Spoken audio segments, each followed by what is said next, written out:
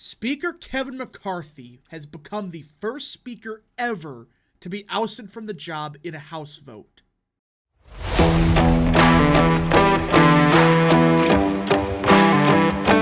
What is up, people of the internet? It is me, Real American, back again with a new video, and today we got some breaking news. Out of Capitol Hill, everyone, it has officially happened. Kevin McCarthy, the Speaker of the House, has become the first speaker in history to be ousted from the job in a House vote. That's right, Kevin McCarthy is no longer the Speaker of the House after a motion to vacate was filed and it passed. Very close, but it did pass the House. This is a massive story, and this is unprecedented, as not only is this the first time this has ever happened, this is the shortest speakership since 1876. Now, before we continue with today's video, I hope you enjoy these type of videos. If you do, smash the like button down below, subscribe, share with your friends, hit that little bell, follow the social media accounts in the description down below, and of course, join the channel today. Guys, just for $1 a month, you could join Real American. This is the best way to support the daily content that we all know and love. So I hope and recommend you join the channel today. Alright, everybody, as many of you know, I streamed a 3.5 hour long stream before this. It was definitely an intense and very interesting stream. A lot of memes were had, but there was a serious vote that happened. And Kevin McCarthy is no longer the speaker. Let me be clear about this. I'm not even 100% defending Matt Gaetz, the Freedom Caucus. Could they've handled the CR stuff better? Possibly. But this is 100% on Kevin McCarthy's part. It's his fault. Because he agreed to do certain things he never did. For example, the whole CR crap, that is against the agreement they had back in January. The agreement back then was it was going to be a single issue bill for every single thing. Not this CR resolution where they jam 50 things in one bill. No. It's time for that crap to end. McCarthy agreed to it. He lied. He lied about the 72 hours for reading a bill. He lied about so much that Matt Gaetz said the Ukraine stuff was the final straw, where he went behind closed doors and he made an agreement with Democrats, McCarthy did, where if you pass this CR bill, we're going to give you everything you want when it comes to Ukraine. That was the final straw, and well, it backfired horribly. So let's get into it. Speaker Kevin McCarthy was voted out of the job Tuesday in an extraordinary showdown, a first in U.S. history that was forced by a contingent of hard-right conservatives and threw the House and its Republican leadership in the chaos. Oh yeah, hard right. Give me a frickin' break. Some of those Republicans that supported getting rid of McCarthy, Nancy Mace in particular, you call her far right? Pfft. McCarthy's chief rival, Congressman Matt Gaetz of Florida, forced a vote on the motion to vacate, drawing together more than a handful of conservative Republican critics of the speaker and many Democrats who said he is unworthy of leadership. And people are saying that, oh, the Republicans backstabbed the Republicans and they worked with Democrats. First of all, who backstabbed who? It was Kevin McCarthy.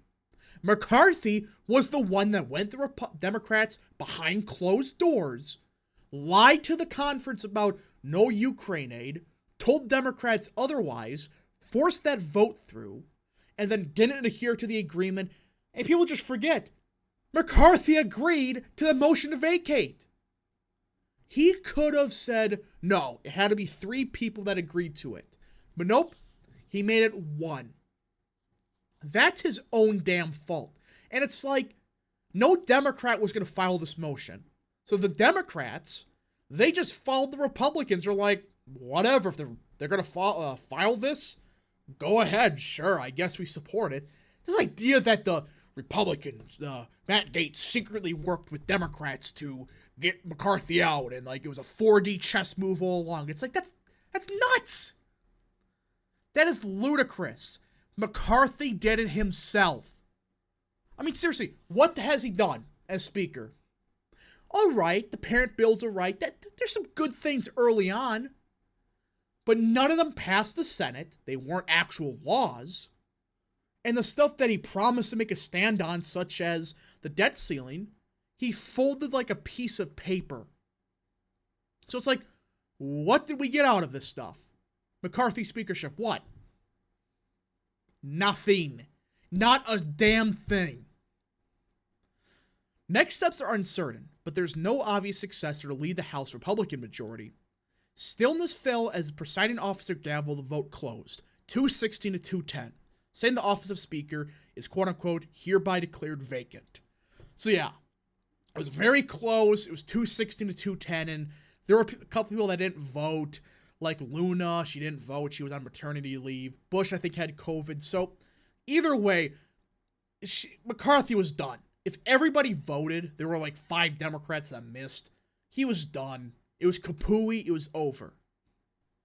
Moments later, a top McCarthy ally, Patrick McHenry of North Carolina, took the gavel and, according to House rules, was named Speaker pro tempore to serve in the office until a new Speaker is chosen.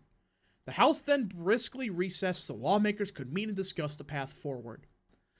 Listen, I think that McCarthy's done. Theoretically, he could, run again as Speaker, but do you really think these Republicans are going to just bend the knee this time? Now with Nancy Mace included? It's like, you don't got the votes. My guy, it's over. It was a stunning moment for the battle-tested McCarthy. A punishment fueled by growing grievances, but sparked by his weakened decision to work with Democrats to keep the federal government open, rather than risk a shutdown. That's not why people are mad. It's how you did it. Listen, he should have done the single-issue spending bills. If he would have done that and say, look, Democrats can have 4 of the bills, the conservatives can have 4, the other 4 we can work together on.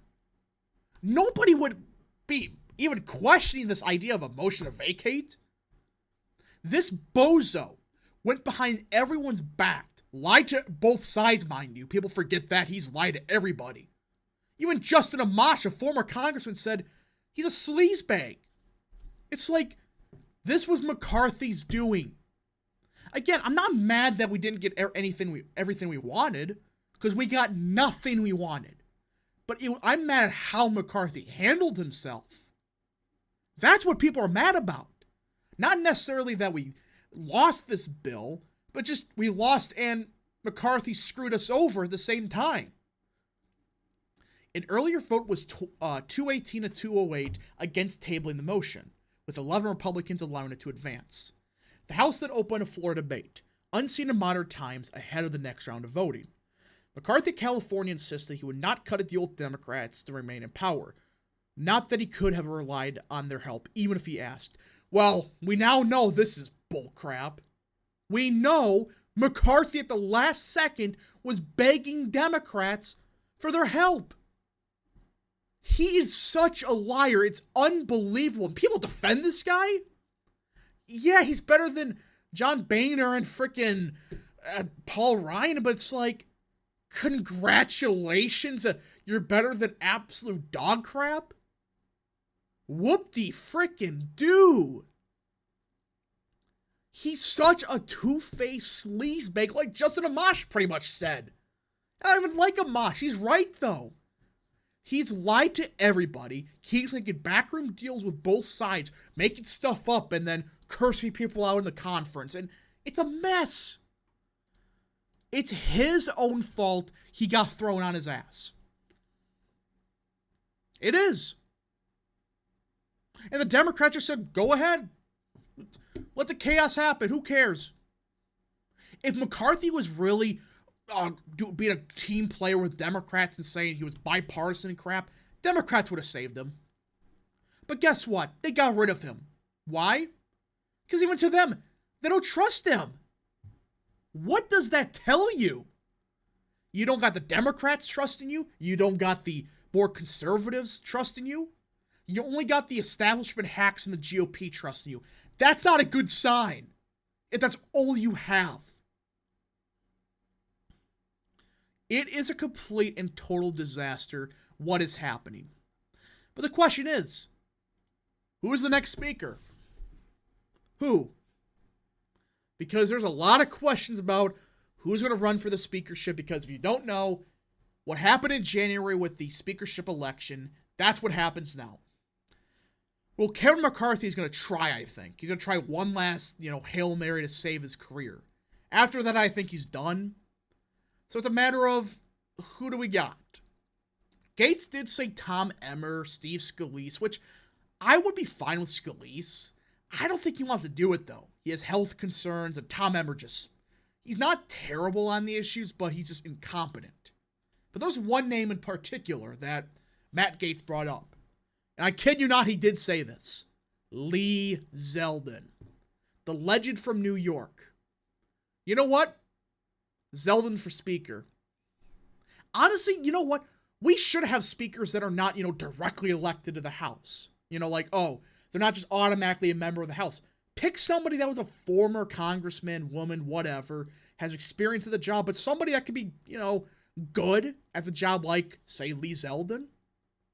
I think Lee Zeldin or somebody other that's not currently in the House, maybe even Justin Amash, I don't like him, but I think he would be a decent speaker based on rules-based. But either way, it's like, I trust Lee Zeldin more than a lot of these other people. It's a Hail Mary and a half, but it's possible. But we got to see what happens, because this is a developing story. We don't know. But anyways, folks, thank you so much for watching.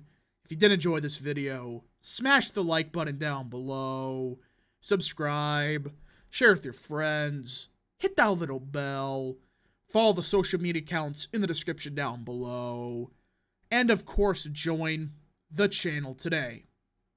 Thank you so much. Godspeed to all of you.